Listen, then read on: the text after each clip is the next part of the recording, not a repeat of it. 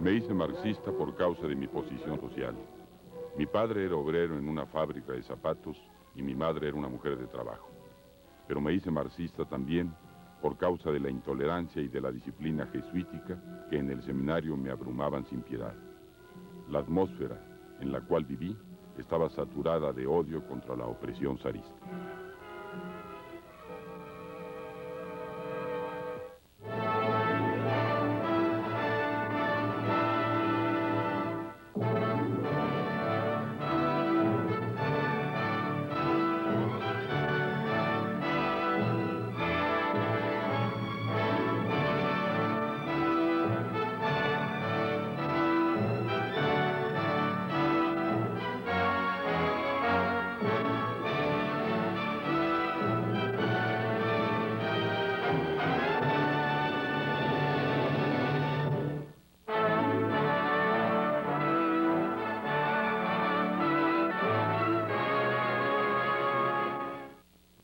En el umbral de un nuevo siglo, recordar, acercarse de alguna manera a los hombres que fueron protagonistas esenciales en la construcción de la historia del siglo XX, es revivir una de las épocas más notables de la historia humana. Conocer las ideas, los cambios sociales, los grandes descubrimientos de nuestro tiempo, el avance en todos los campos del pensamiento humano, nos permitirá ver con mayor claridad nuestro futuro cercano. Promo Líder, en su serie Líderes del siglo XX, nos invita a conocer momentos cruciales en la vida de José Stalin.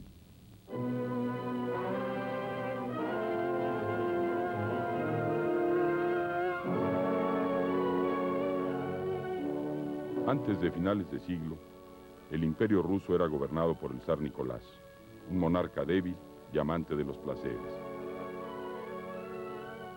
La mayoría de la riqueza y virtualmente todo el poder de Rusia estaba en manos de Nicolás y una pequeña clase dominante.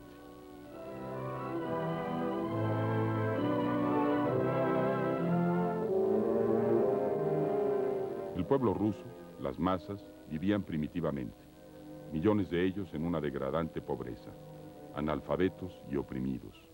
Durante años sus protestas y levantamientos fueron aplastados por los zares. De un pueblo así surgió José Stalin. Nació en 1879 en Gori, Georgia. Su padre había nacido siervo de la gleba, propiedad junto con sus padres de un latifundista georgiano. El joven Stalin estudia en el Seminario Teológico de Tiflis, donde nunca dejó traslucir sus sentimientos. Fue un alumno modelo, capaz, diligente y atento. Stalin fue expulsado de la escuela al unirse a una organización socialista clandestina. Stalin se había acercado a las teorías socialistas y marxistas. A principios de siglo es elegido miembro del Comité Socialdemócrata en Tiflis. Las persecuciones de la policía lo obligaron a permanecer en la clandestinidad. El exseminarista se convierte en uno de aquellos para quienes la vida no tiene interés fuera de la actividad política. Arrestado por agitador en 1902, permanece en prisión hasta el año siguiente. En la revolución de 1905, Stalin no tiene un papel destacado. En los años siguientes, volverá a ser varias veces arrestado. Deportado a Siberia, Stalin logró huir y retornar a Tiflis a comienzos de 1904, poco después de la división del Partido Socialdemócrata en bolcheviques revolucionarios y mencheviques moderados. Se alineó de parte de los bolcheviques, dominado por la influencia de Lenin. Vladimir Ilich Ulyanov, llamado Lenin, es el líder de un pequeño grupo revolucionario. Influido por las ideas de Carlos Marx, Lenin planeaba crear una dictadura comunista en Rusia. Quería derrocar al gobierno, acabar con la propiedad privada y establecer lo que él llamó la dictadura del proletariado de la clase trabajadora. Un observador dijo: incluso mientras duerme, Lenin no sueña más que con la revolución. Lenin y sus seguidores esperaban el momento propicio.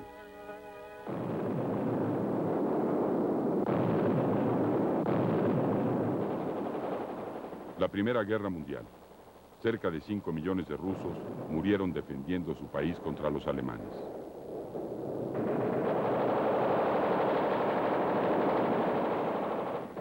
A pesar de que su ejército estaba destrozado y el pueblo desmoralizado, el zar Nicolás no se dio cuenta de que su poder sobre Rusia se había debilitado. A principios de 1917, el zar deja la guerra a sus generales y decide regresar. Está cansado del frente de batalla. Prefiere dedicar el tiempo a su familia y disfrutar de los placeres de la realeza. Sus asesores le advierten que el pueblo ruso está al borde de la revolución, que debe dar al pueblo más libertad antes de que sea tarde. Pero él lo rechaza. No permito que nadie me dé consejos, declara. Finalmente, hasta el mismo zar supo que se avecinaba una crisis. Decidió dejar su palacio cercano a Petrogrado por la paz y la seguridad de una guarnición militar a 600 kilómetros al sur. Allí, irónicamente, dijo: volveré a jugar al dominó en mi tiempo libre.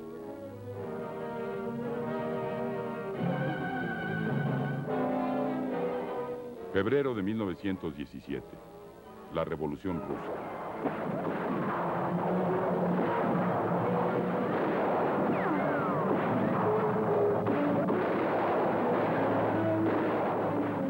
El pueblo derrocó a la corrupta monarquía.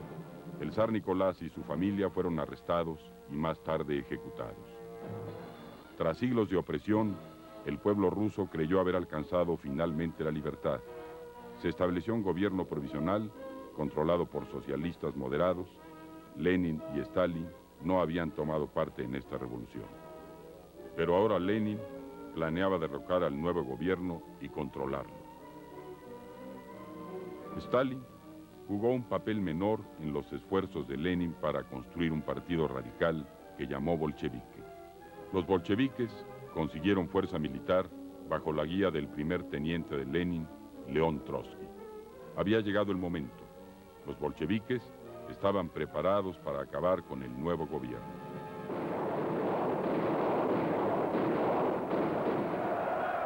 Octubre de 1917. Una segunda revolución convulsiona a Rusia. Los bolcheviques entran en Petrogrado. Se les unen desertores de las Fuerzas Armadas y toman el Palacio de Invierno, cuartel general del gobierno provisional. Durante la lucha, Stalin permanece cerca, en la retaguardia. Trotsky dijo: prefiere quedarse en la barrera en este momento crucial. La revolución de los bolcheviques triunfó finalmente y Lenin se convirtió en la cabeza de la dictadura del proletariado. La situación interna en Rusia era realmente caótica. La respuesta de Lenin a este estado de cosas fue el empleo brutal de la fuerza. ¿Qué quiere usted?, dijo en una ocasión a Máximo Gorki. ¿Es posible la compasión en una lucha tan terriblemente dura? En abril de 1922, Stalin fue nombrado secretario general del partido. Fue el inicio del camino que lo llevó a imponer de manera definitiva su autocracia. La crisis económica es total. El grandioso programa económico de Lenin es un fracaso. La producción agrícola descendió a 1/3 del nivel de antes de la guerra y la producción industrial descendió hasta 1/7 del nivel que tenía. Hemos ido demasiado lejos, reconoció Lenin, y para prevenir el hundimiento total de la nación, se vio obligado a devolver algunas propiedades privadas a los campesinos. Lenin da un cambio y establece un sistema económico mixto. Para combatir el hambre, organizaciones del extranjero aportaron alimentos, medicinas y ropa. Estados Unidos, el Reino Unido, Italia, Francia. 1924. Muere Lenin. Durante sus últimos años, Lenin trató de detener a mitad del camino el proceso que conducía de la democracia proletaria hacia la autocracia. La mejor prueba es el testamento de Lenin. En él aconsejaba sacar a Stalin del cargo de secretario general del partido porque había acumulado en sus manos un poder excesivo y lo usaba demasiado brutalmente. El consejo de Lenin fue desoído. El Kremlin se convirtió en un nido de intrigas políticas. Detrás de sus muros, y oculto a los ojos del pueblo, Stalin entra en una dura lucha por el control del gobierno soviético. Nunca se comprometía. Enfrentaba unas facciones contra otras y finalmente la lucha por el poder estuvo concluida. Nadie osó ya desafiar su autoridad. 1928. Primer plan quinquenal de Stalin. El destino de la Unión Soviética pende de un hilo delgadísimo. La carestía en las ciudades y la intransigencia de los campesinos exigen una solución radical. En julio se inició una violenta campaña contra los kulaki, los campesinos ricos. En un periodo de 2 años, 1 millón de rusos murieron de hambre. Millares y millares de agentes fueron enviados a la campaña con la orden de liquidar la clase de los kulaki y de llevar a las granjas colectivas a las multitudes de campesinos renuentes. En poco tiempo, la campaña rusa se convirtió en un pandemonio. La enorme mayoría de los campesinos enfrentó al gobierno y pasó a la oposición. La colectivización degeneró en una operación militar, en una cruel guerra civil. Las aldeas rebeldes fueron rodeadas de ametralladoras y obligadas a la rendición. Los kulaki fueron deportados en masa a las lejanas tierras de Siberia. En su desesperación, los campesinos quemaron las cosechas, destruyeron las herramientas y mataron a las bestias. Un corresponsal extranjero escribió: toda la Rusia campesina llora en este momento con dolor y desesperación. El gobierno cierra las iglesias.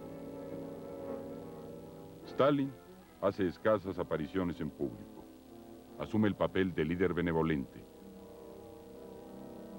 pero sigue siendo una figura misteriosa, incluso dentro de su círculo.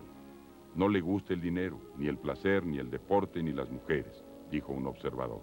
Su mujer Nadia comenzó a dudar de la sabiduría de la nueva política. Una noche en noviembre de 1932, Nadia expresó sus opiniones acerca del descontento reinante y la condena moral que se había granjeado el partido gracias al terror. El dictador lanzó un torrente de insultos vulgares sobre su mujer. Esa misma noche se suicidó. 1933. El gobierno soviético fue reconocido por la mayoría de los principales países del mundo. Finalmente, los rusos obtenían el reconocimiento que tanto deseaban de los Estados Unidos bajo Franklin Roosevelt.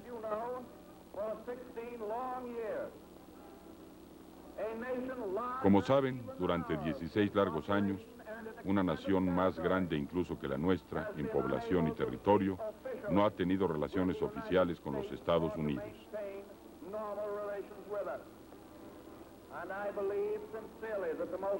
Creo sinceramente que el motivo más poderoso que yace tras estas conversaciones que finalizaron ayer entre Rusia y Estados Unidos fue el deseo de paz de ambos países, el deseo de fortalecer los propósitos pacifistas del mundo civilizado.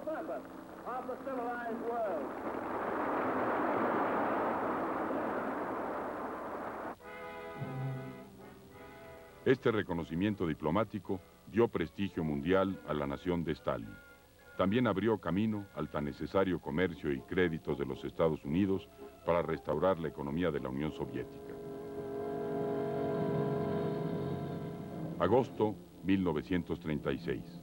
Stalin comienza una serie de purgas que conmocionan al mundo. La mayoría de los acusados son miembros líderes del Partido Comunista. Comparecen en juicios bajo falsas acusaciones de espionaje, subversión y traición. Stalin quería liquidarlos por 2 razones. Su influencia en el partido podía significar algún día una amenaza para él, pero principalmente ellos no se sometieron a su política.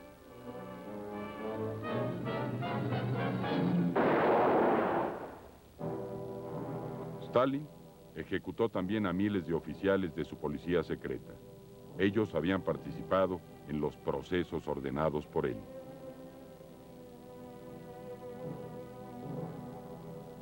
Las purgas, las ejecuciones en masa, habían convertido a José Stalin en dictador absoluto de la nación. Había sacrificado miles de vidas de sus compatriotas rusos en su ascenso al poder.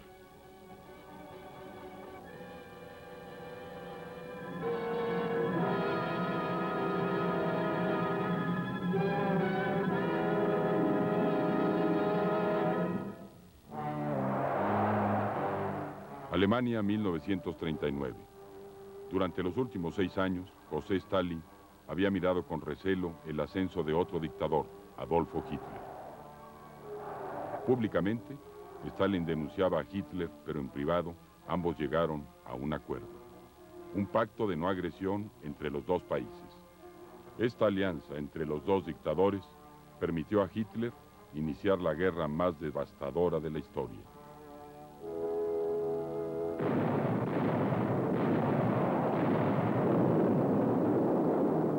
Septiembre 1939. Hitler comienza la Segunda Guerra Mundial con la invasión de Polonia por el oeste. Según su pacto, Stalin ordena a su ejército invadir Polonia desde el este.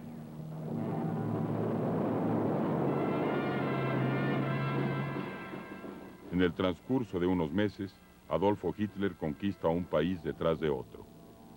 Decide que no le interesa un socio a largo plazo en la dominación de Europa y planea traicionar a Stalin y conquistar la Unión Soviética.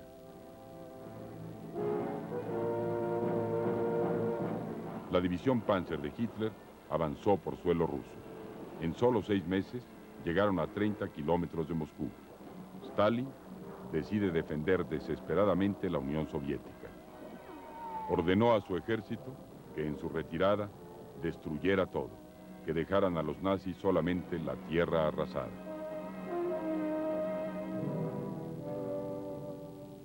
Y entonces la balanza empezó a cambiar. Sin refugio, escasos de alimentos y suministros, los ejércitos alemanes detuvieron su avance en medio del crudo invierno ruso. Con la decisión del pueblo ruso y la ayuda de los aliados, la Unión Soviética expulsó las hordas nazis.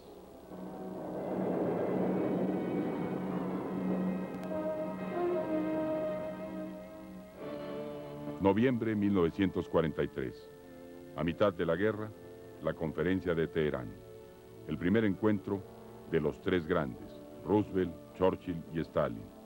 Esta conferencia y las que le siguieron iban a decidir el curso de la historia en los años venideros. Algunos asesores de Roosevelt le advirtieron que Stalin era un aliado astuto y peligroso. Pero Roosevelt dijo: tengo la impresión de que Stalin no es ese tipo de persona. Si le doy todo lo que está en mi mano y no pido nada a cambio, trabajará conmigo por la paz del mundo y la democracia. Los tres líderes acordaron que los británicos y los americanos llevarían a cabo un contraataque a gran escala en Francia y en un segundo frente, para quitar presión al primero, los ejércitos rojos. Stalin ganaba otro punto y insistió en que se le permitiera mantener su influencia sobre el territorio polaco que había conquistado al principio de la guerra. Stalin había conseguido importantes concesiones en Teherán. Febrero 1945, Yalta. El último encuentro de Churchill, Roosevelt y Stalin.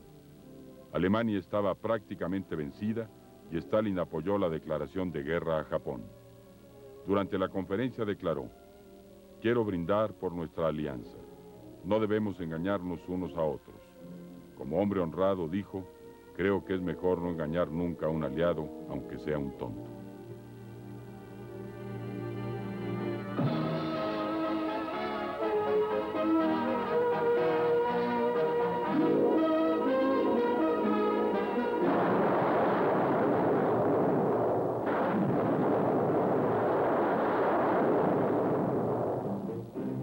Mayo 1945.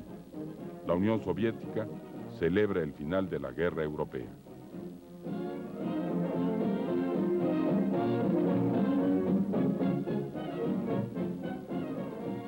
Está presente el hijo de Stalin, Vasily, general de la Fuerza Aérea.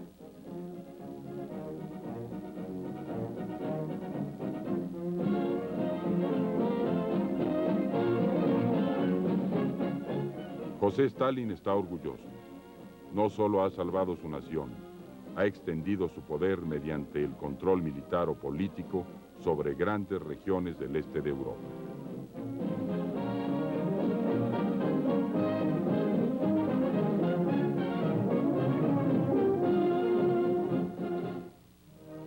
Julio 1945. La reunión de Potsdam. Churchill, Stalin y Harry Truman, nombrado presidente tras la muerte de Franklin Roosevelt. Las tres potencias acuerdan dividir Alemania en varias zonas de ocupación. Berlín, en la zona soviética, será sin embargo ocupada por todas las potencias aliadas. Durante la conferencia, Stalin recibe críticas por sus tácticas en Europa del Este, pero él rechaza las acusaciones diciendo, son fantasías. Al final de la conferencia de Potsdam, Stalin está seguro de que tendrá las manos libres para hacer lo que quiera en Europa del Este. Una cortina de hierro ha descendido a lo largo del continente, dice Winston Churchill en 1946. Tras él, Stalin refuerza su poder en un país tras otro con bayonetas y subversión. En Polonia, Bulgaria, Rumania, Checoslovaquia, Estonia, Lituania, Hungría.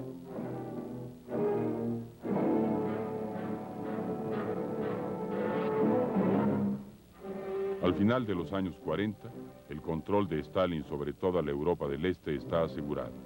Ahora su objetivo es Asia. Stalin hace uno de los pactos más significativos en la historia de las potencias políticas, una alianza con Mao Zedong, el dictador de la China Roja. El mundo comunista es ahora una tercera parte del mundo, 1.000 millones de personas. Pero José Stalin sabe que para conservar todo ese poder debe ser cada vez más duro. A lo largo de los años ha ganado nuevos enemigos dentro del Kremlin. Es el momento de hacer algo con ellos. Con la muerte de un viejo oficial comunista de nombre Andrei Zhdanov, fue tomando forma un plan en la mente de Stalin. Declararía que Zhdanov había sido asesinado y acusaría a sus enemigos. Un plan de Stalin para llevar a cabo otra purga. Enero de 1953. Stalin sorprende al pueblo ruso al declarar públicamente que hay traidores dentro del Kremlin. Ellos, dijo, habían contratado a un grupo de médicos para que mataran a oficiales comunistas leales. Stalin juró descubrir a los traidores del complot médico y llevarlos ante la justicia.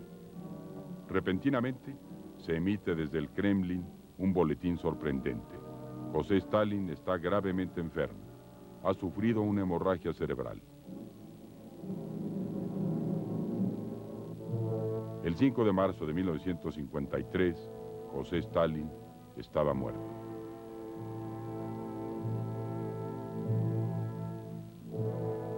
Más de 1 millón de personas formó una larga fila para ver el cuerpo que fue colocado junto al de Lenin. Comienza la especulación sobre la muerte del dictador en todo el mundo. Era evidente que Stalin había planeado una purga política. Nadie fuera del Kremlin lo sabía con seguridad. Pero José Stalin, el hijo de un zapatero que intrigó y mató brutalmente en su ascenso hacia la dominación sobre 1/3 del mundo, estaba muerto. Se produce una lucha en el interior del Kremlin para nombrar un sucesor. El hombre que finalmente triunfa es Nikita Khrushchev. Fue Khrushchev quien sacó a la luz las purgas políticas de Stalin en Moscú y de los asesinatos en masa cometidos por él. En un notable discurso en 1956, admitió que se habían cometido crímenes horribles en el pasado, pero había sido Stalin el único culpable. Khrushchev ordenó poner fin al culto a la personalidad de Stalin. Decretó que se sacara su cuerpo del lugar de honor y fuera enterrado en una oscura tumba dentro de los muros del Kremlin. De este modo, empezaba a ser cierto lo que Rosa Luxemburgo dijo en su último escrito del año 1918.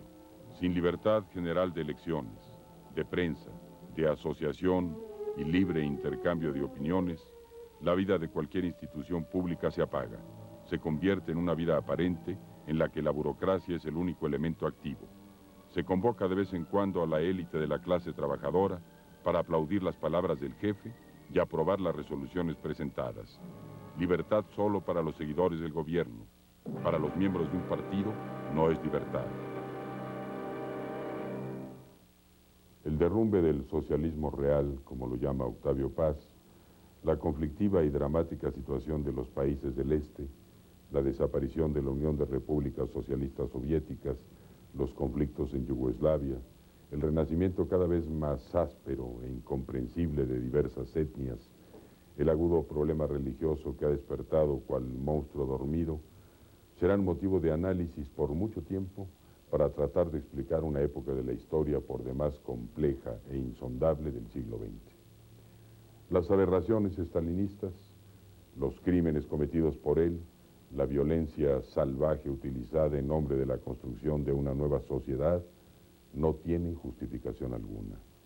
Stalin es un ejemplo clásico de enajenación revolucionaria y finalmente una memoria viva de los abusos del poder y de la necesidad de una permanente búsqueda de acciones y valores que conduzcan a un mundo civilizado en el más amplio sentido moderno de la palabra. Espero que este acercamiento, esta semblanza de uno de los personajes relevantes de la historia del siglo XX, haya despertado en ustedes el interés por saber más sobre los grandes momentos de la historia de nuestro tiempo.